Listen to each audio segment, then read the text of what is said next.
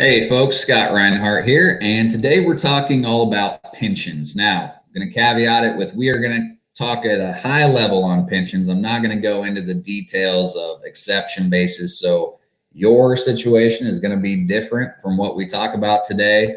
We're just giving examples, so keep that in mind as we go through here. So I want to start by just talking about two different types of pensions. There's a public pension, which is through the federal or state government, and that's funded by taxpayers and sometimes employees. So like my wife, she is a teacher and she has a state pension. So every paycheck, a certain amount is going towards that state pension, and the taxes that everyone in Kansas pays, a portion of that is going towards that pension. Same with the federal government. Private pensions, that's private companies. So these are funded by corporations, unions, and sometimes employees as well. One big problem in the pension world right now is underfunded pension plans. Basically, that means that the payout liabilities are higher than the fund assets currently. So your pension has a fund that is invested and is earning a return, and contributions are made each year to that. But basically, the calculations they're coming up with are saying that it's underfunded. And this is a big problem for a lot of different pension plans. So what that means is that the company or state is going to have to make higher contributions, which means lower profits or higher taxes. And it also means there's a big emphasis on how pension assets are invested. If they earn worse than expected returns, they're just going to get more and more underfunded. So it's a big deal. It's something we keep an eye on here. And so should you worry about your pension being there down the road? If you have a public pension, taxes can always be raised to fund those. So I think they're relatively safe, but obviously if taxes are raised, that means your net take-home pay is probably a little bit lower. For private pensions, you do have some backup there. So if your company goes bankrupt, you are at least partially insured through the Pension Benefit Guaranty Corporation, the PBGC. Now, it's not perfect. It's probably not going to cover the whole pension, but if it's underfunded, it's at least somewhat covered. Now, let's talk about survivor benefits. If you pass away, how is your spouse going to receive anything, or are they? So a lot of times when you see a pension estimate that's, 5 years out, all you're seeing is the max monthly benefit. So I want you to keep that in mind. And the max monthly benefit is what you're going to receive. But if you pass away, your spouse is going to get nothing. So in the example we're using today, I'm saying $2,500 is your max.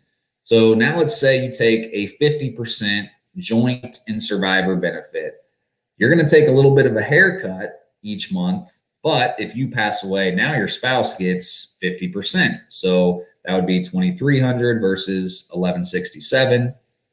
If you take 100% survivor, that means as long as one spouse is alive, you're going to receive the same amount. So in this instance, it might be $2,188. It's a pretty big haircut from your max, but it's going to continue as long as you're both alive. So if you have a spouse that is much, much healthier than you, you're going to want to look real hard at taking the 100% survivor benefit, or 75 or 50% at least.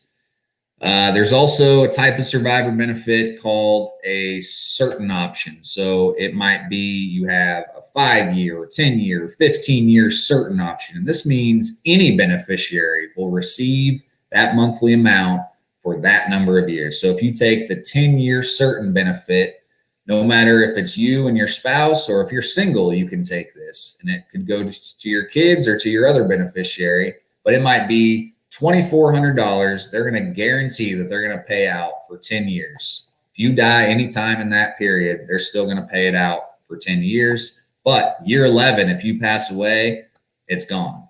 And so people that don't like the idea behind that might look into the lump sum option. Now, lump sum option, advisors, we have a bit of a conflict of interest here, because if you take the lump sum option, that means we get to help you invest it and we get to make money on it. But that's not really what we focus on. We focus on what's best for you. We're fiduciaries. So advantages of a lump sum are that your kids or your beneficiaries can receive something from your pension that you've been putting money into all these years that you've worked hard for.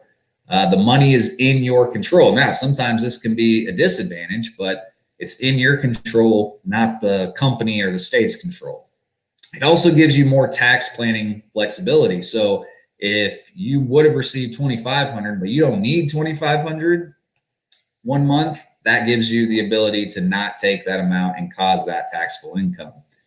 Disadvantages of a lump sum: you have to invest it really wisely to make sure you're getting the same benefit from it that the non-lump sum options would give you.